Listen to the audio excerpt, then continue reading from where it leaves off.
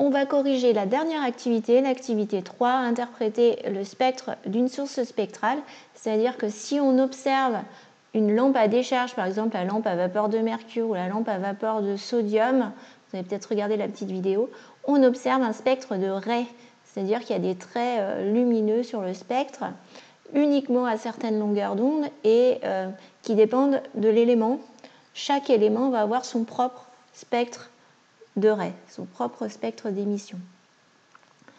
Alors, on va essayer de comprendre pourquoi on a des raies sur les spectres d'émission pour les lampes à décharge.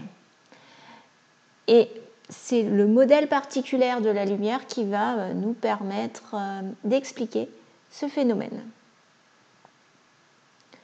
Donc, vous avez sans doute lu le document sur les hypothèses de Bohr sur la quantification de l'énergie, où on vous explique que dans le modèle de Bohr, on a le noyau au centre, bien sûr, et l'électron qui va pouvoir être en mouvement sur uniquement certaines orbites quantifiées.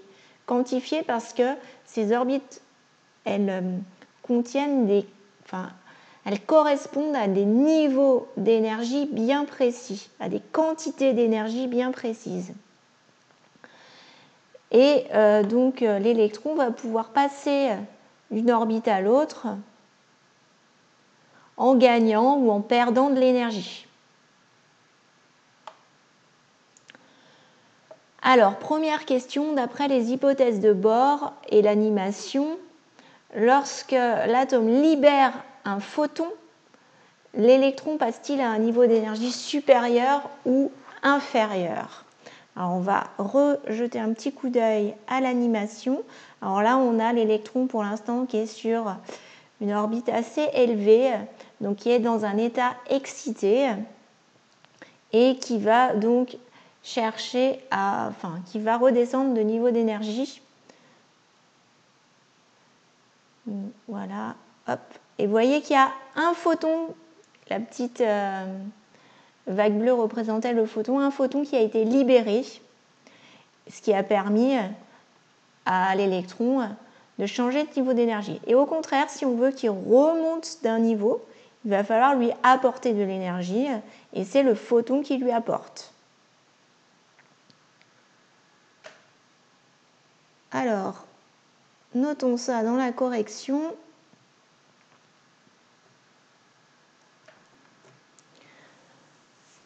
Donc, imaginons que vous soyez à ce niveau d'énergie-là, au niveau 3, que l'électron soit ici.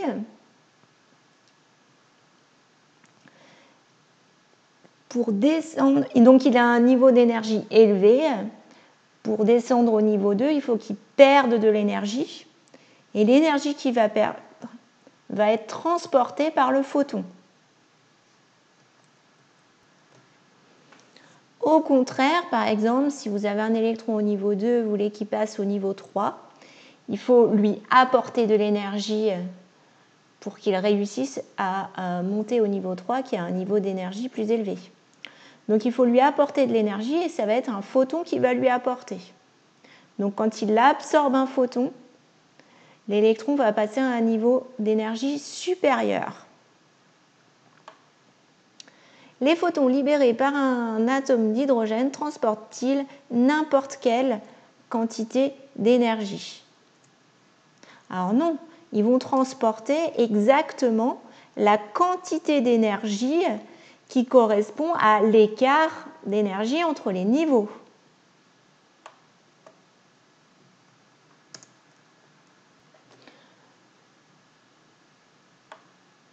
Mettons que par exemple vous ayez un électron qui était au niveau 3 qui descend au niveau 2, à ce moment-là on va avoir un photon de libéré qui transportera exactement la quantité d'énergie qui correspond à l'écart entre le niveau 3 et le niveau 2.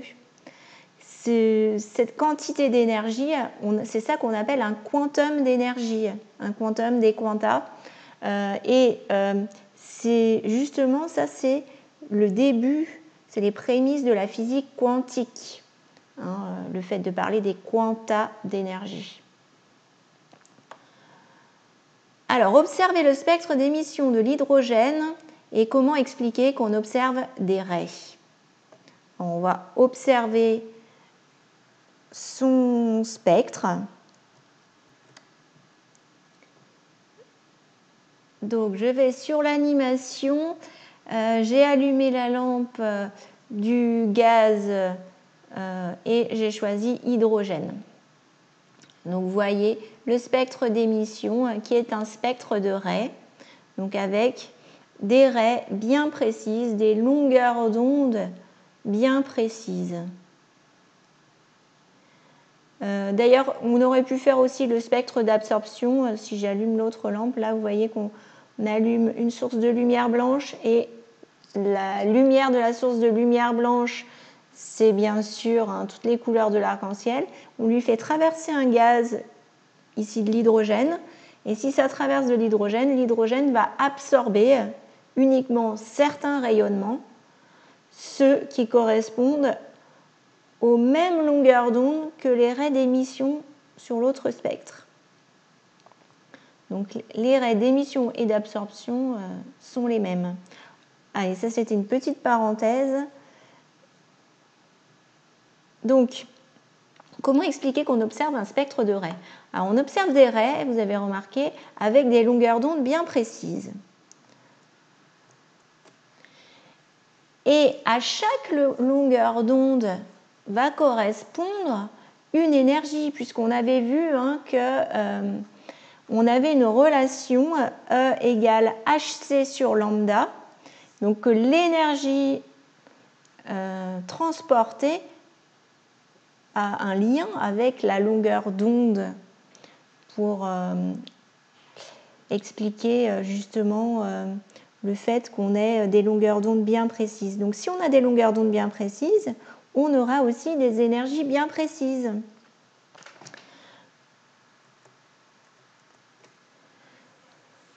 Donc étant donné que sur le spectre de raies, on a des longueurs d'onde bien précises, ça veut dire qu'il y avait des énergies bien précises qui correspondaient. Et justement, on a dit juste avant dans la question 2 que les photons transportent des quantités précises d'énergie, des quantas d'énergie.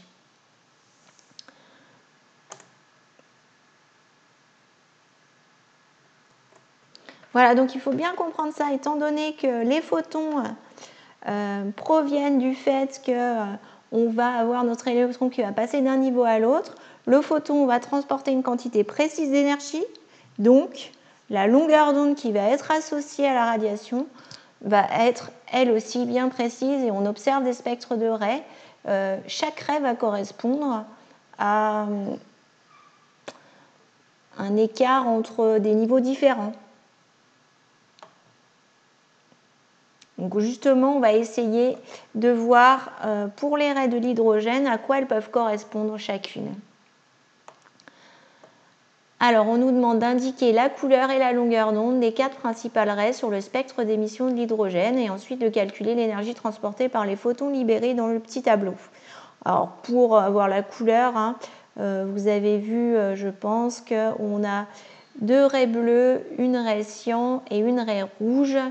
Et on va relever leur longueur d'onde qu'on peut lire facilement en déplaçant la souris comme ceci. Donc voilà les valeurs que j'ai relevées sur le spectre dans l'animation Australo. Vous voyez que c'était noté en mètres, donc j'ai multiplié à chaque fois par 10 puissance moins 9 pour passer des nanomètres au mètre. Donc peut-être que vous l'avez écrit en écriture scientifique, par exemple ici 4,10 fois 10 puissance moins 7. Ensuite, on calcule l'énergie transportée par chaque photon en utilisant cette formule qu'on avait vue précédemment. Donc pareil, je vais vous noter les résultats. Donc voilà les résultats que vous avez dû obtenir en joules. Et ensuite, en question 5, on nous demande d'identifier sur le diagramme du document 3, donc sur ce diagramme-là, d'identifier les changements de niveau responsables des émissions des radiations cyan et rouge. Alors, la radiation cyan, on vient de calculer qu'on avait 4,09 fois 10 puissance moins 19 joules donc transportés par les photons. Ça veut dire que l'écart entre les deux niveaux doit être de 4,09 fois 10 puissance moins 19 joules. Alors, on va regarder sur le diagramme s'il n'y aurait pas un changement de niveau possible qui correspondrait à ça. Alors, attention parce que là, l'axe est gradué en fois 10 puissance moins 18 joules. Et nous, notre valeur, elle est en 4 fois 10 puissance moins 19 joules.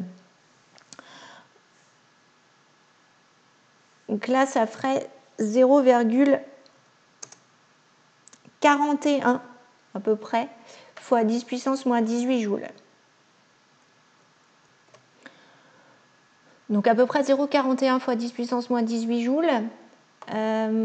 Si on regarde donc là sur le diagramme, il faudrait qu'on ait 0,41 d'écart entre deux niveaux. Et justement, si vous faites 2,04 moins 1,63, on trouve 0,41. Donc, sans doute que notre électron est passé du niveau 4 au niveau 2. Je vais le représenter. Donc voilà, on part du niveau 4 pour aller au niveau 2. Puisque 2,04 moins 1,63, ça fait 0,41. Donc le photon va transporter une énergie qui correspond à 0,41 fois 10 puissance moins 18 joules. Et donc ce qui donne une radiation cyan.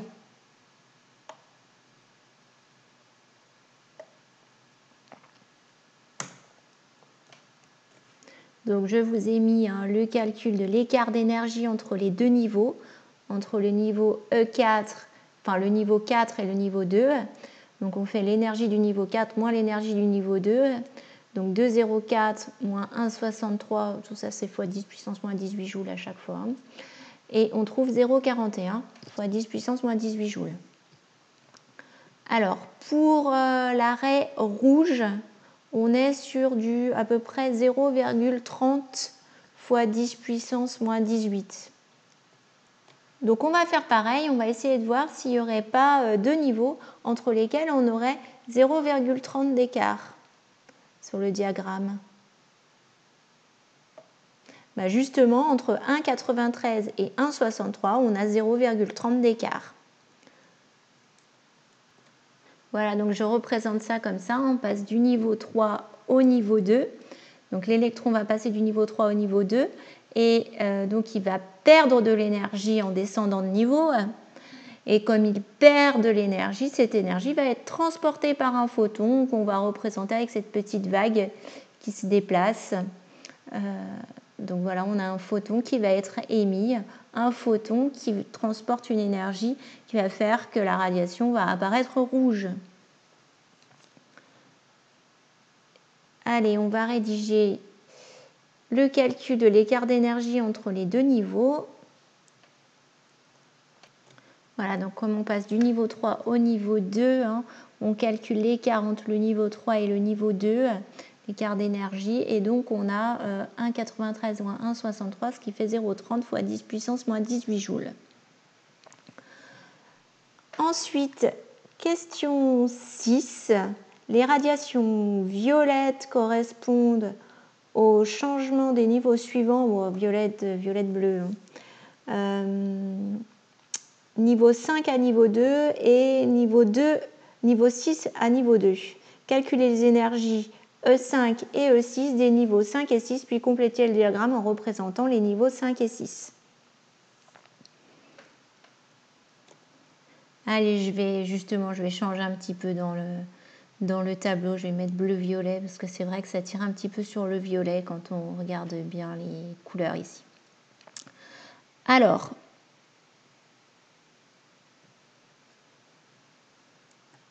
Donc si on part du niveau 5 pour aller au niveau 2, ça veut dire que l'énergie qui va être transportée par le photon va correspondre à l'écart d'énergie entre les niveaux 5 et le niveau 2. Donc il faudrait savoir ça à combien c'est égal. Et justement, on l'a. On sait que l'énergie transportée par le photon, je vais peut-être mettre que c'est E photon qui est égal à ça. Donc l'énergie transportée par le photon correspond à l'écart d'énergie entre les deux niveaux.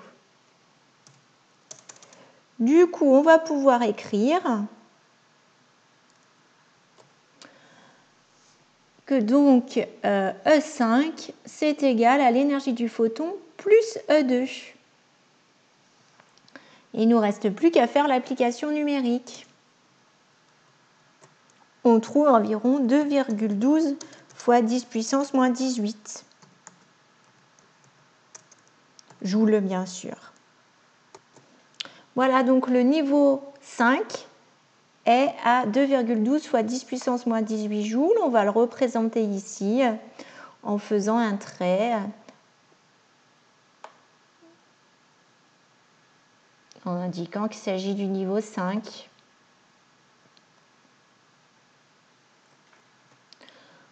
Voilà, 2,12. Oh, je n'ai pas fait attention à l'échelle, hein. C'est un petit peu au pif. Et puis, on peut représenter aussi le changement de niveau. Changement de niveau donc, qui va être responsable d'une radiation de couleur bleu-violette, donc avec des photons qui transportent une énergie de 4,85 fois 10 puissance moins 19 joules. Ensuite, on va faire pour l'autre ray violette, donc ça va être le même raisonnement. Voilà, donc cette fois-ci entre les niveaux 6 et 2. Donc pour calculer l'énergie du niveau 6, zut, j'ai oublié de changer, j'ai fait un copier-coller. Pour calculer l'énergie du niveau 6, on fait l'énergie transportée par le photon qui était de 4,58 fois 10 puissance moins 19, auquel on rajoute l'énergie du niveau 2. Donc on trouve 2,09 fois 10 puissance moins 18 joules, donc on va rajouter sur le schéma.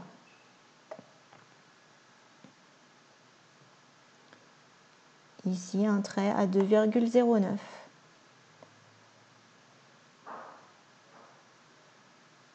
Alors malheureusement j'ai inversé niveau 5 et niveau 6. J'aurais dû, c'est une erreur de ma part, j'aurais dû appeler le niveau 5 celui-là et niveau 6 l'autre.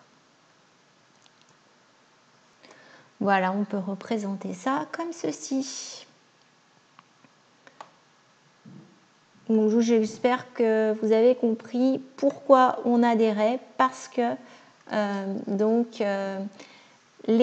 on a des niveaux d'énergie bien précis pour les atomes, et donc c'est le passage d'un niveau à l'autre qui va permettre l'émission de lumière, et donc l'énergie qui sera transportée par les photons correspondra à des quantités d'énergie bien précises. C'est pourquoi on a des longueurs d'onde bien précises. Voilà, bon, je pense que c'est pas très facile ce chapitre. C'est les prémices de la physique quantique pour vous. Donc c'est réputé comme difficile. J'espère quand même ne pas vous avoir trop perdu.